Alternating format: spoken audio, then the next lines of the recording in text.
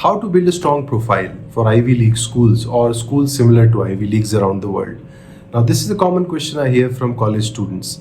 So this video is very much relevant to all the college students who have just started their degree or people who are just starting their career, so that they can build their profile accordingly to get into their dream business schools around the world.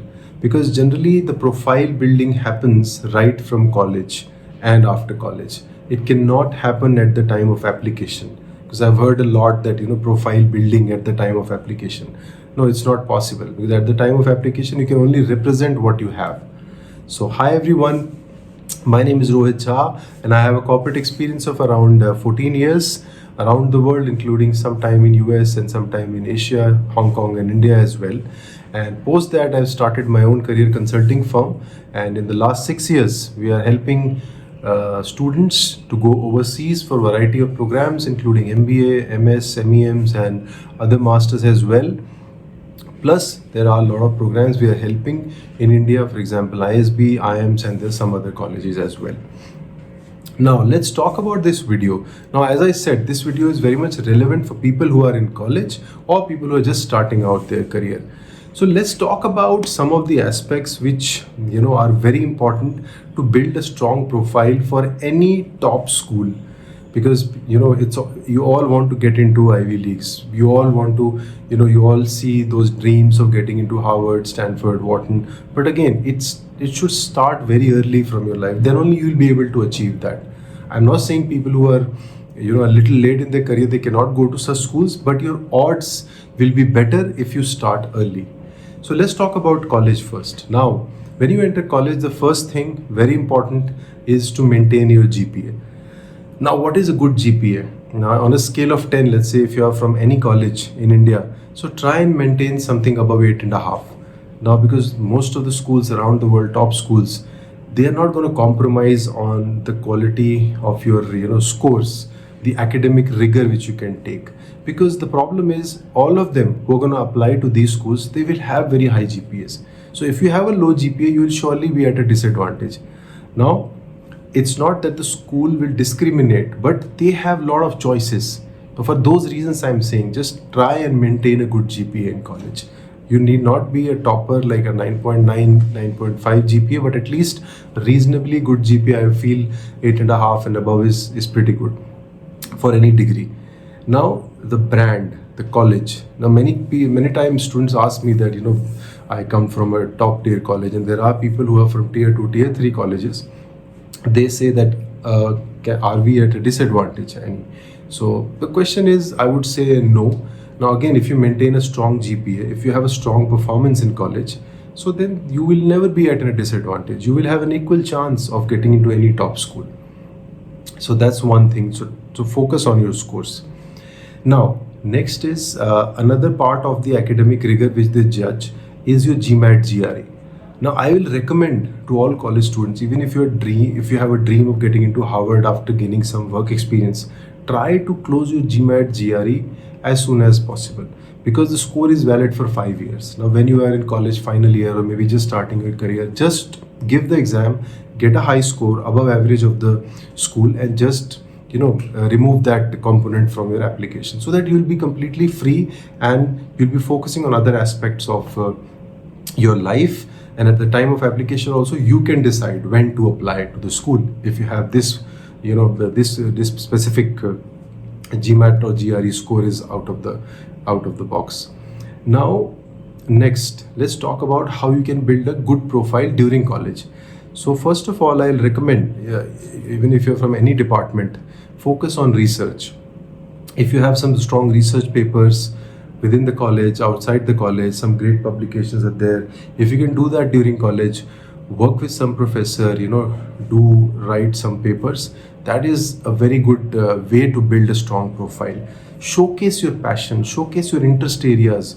Now, this reflects a lot about your character, a lot about your interest towards the topic, a lot about your seriousness towards your studies or the academic rigor which you can take.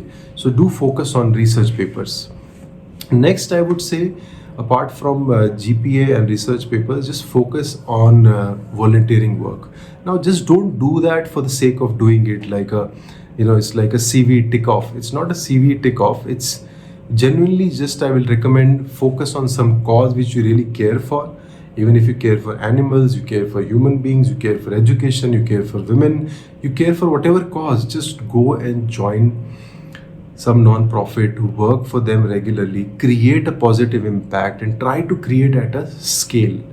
Now, when you have scale in your impact, then it's going to create an impact in the application as well in future, because then they can see that genuinely you are doing some work which is impacting the society, rather than joining 10 NGOs just for the sake of writing on your CV. Even if you have one NGO, but if you did the work at a scale, that is more than enough to showcase a lot of strength in your application.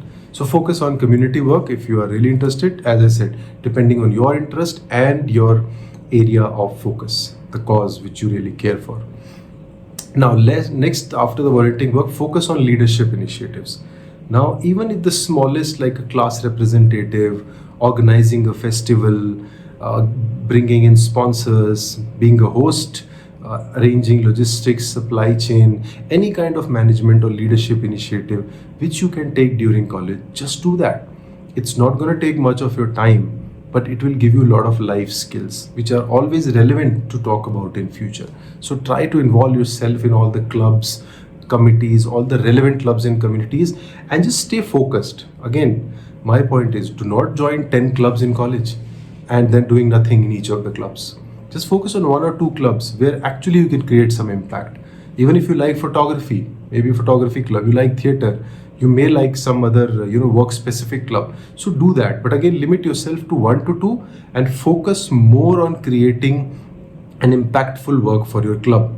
That's what the school is looking for. You have to leave a legacy for your previous school.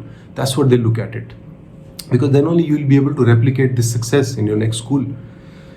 So this is about the leadership initiatives. Now, I think over and above, I will recommend pursue your hobbies, your interest areas. If you love travel, if you love trekking, you're a fitness enthusiast, or maybe you like reading, writing, blogging, do that. Just don't stop yourself. Even 10 minutes a day or 15 minutes a day you want to pursue a hobby, do that. You love writing, start writing a blog.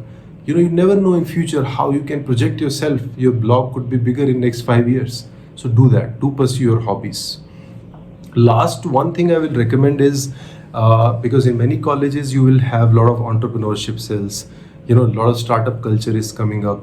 Try your hand. If you're really passionate about entrepreneurship, do try your hand. Even a smallest idea, execute it within your college, within your area. That will give you two things. One, of course, a strong understanding of the business and the real world. And second, it's great for your overall profile. It shows a lot of risk-taking ability. It shows that, you love to innovate, you love to do different things. So that kind of personality you should build. So if you love startups, if you have some ideas, just go ahead and do it. Just try your hand. So what will happen? You can fail, that's it. Nothing will happen. So if you fail, you will learn, that's it. But in that process, let's say if you can build a great startup, you never know, you don't need an MBA or you don't need any degree after that. So see, only you have the positives out of this. So do that. So these are the things which I feel pretty strongly which you should do during your college life. And surely when you get out of the college, your CV will be, it's outstanding. You have a stellar CV then. Now let's talk about the next step. Let's say when you join any organization, you started working after your college degree. Now, when you start working right from the beginning, as I said, again, 3-4 components. One is career progression, which they look at it. So focus on your work, focus on the hierarchy, focus how to reach the next level.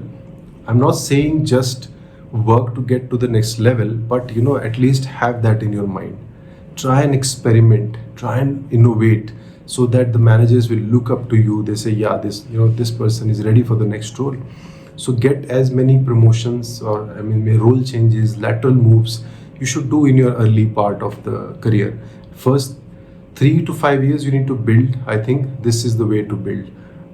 Even if you want to change organizations, just see if you're getting a better role, just change. But yes, just don't change too much. Maybe changing 6 to 7 companies in 3 years. Then this may pose some serious questions. So focus on quality of work, maybe in one organization or two or three, doesn't matter, but yeah, it should be quality work focusing on progression.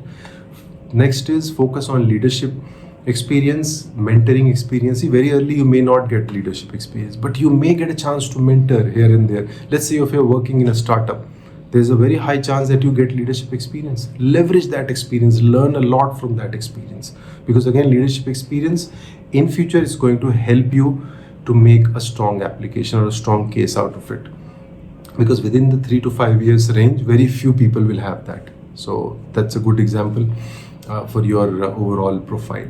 Now next is focus on getting recognitions also. If you feel that if you have targeted certain projects which can fetch you some great awards, there is no harm in doing that. Just getting appreciation from clients, from managers, keep those appreciation or the records and keep working towards it. So awards, appreciations are always good to have. Next, of course, quality of projects. Quality of projects, as I said, of course, at your level, you'll get the quality of projects, but always aspire to work more and, ask for more projects. If you do well in one project, just ask for maybe more, which may be not a part of your job responsibility, but try and ask for a better project, which can impact the processes directly, which can impact the organization, which can impact the revenues, which can impact people directly. So the bigger the impact, the better it is for you. And that another element attached to these projects is it gives you a lot of opportunity to work with senior management. So try and gain that experience of working with senior stakeholders, managers, senior manager, directors in your team. Now that again will give you two things. One, of course, exposure and a lot of learning and a lot of things to talk about in your future applications.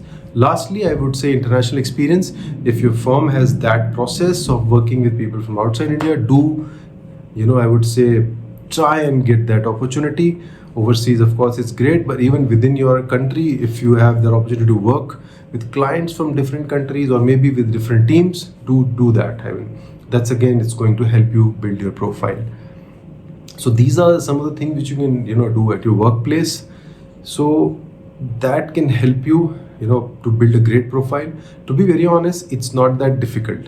Now, don't run for things which are of no use.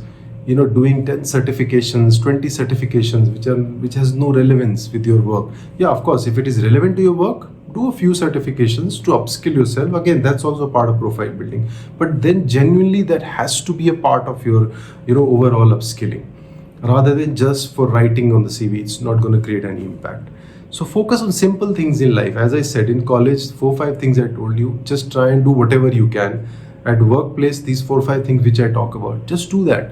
All these things are going to build your profile, and more than that, it will improve your personality, it will improve your knowledge, and it will improve your leadership skills. Then at the time of application, you may not need any help, because by the time you will have that clarity in life, what you want to do, how you want to do, what schools you want to target, what is your future plan. Now that is the benefit of starting early. So as I said, start early. This is very much relevant for college students and people who are starting their career early. So that's it for this video. Thank you so much for listening to me. In case you're starting early, so please reach out to me, and in case you want to have a discussion on any other component of your profile, feel free to reach out to me on through any social media. That's it for this video. Thank you so much. Take care. Bye-bye.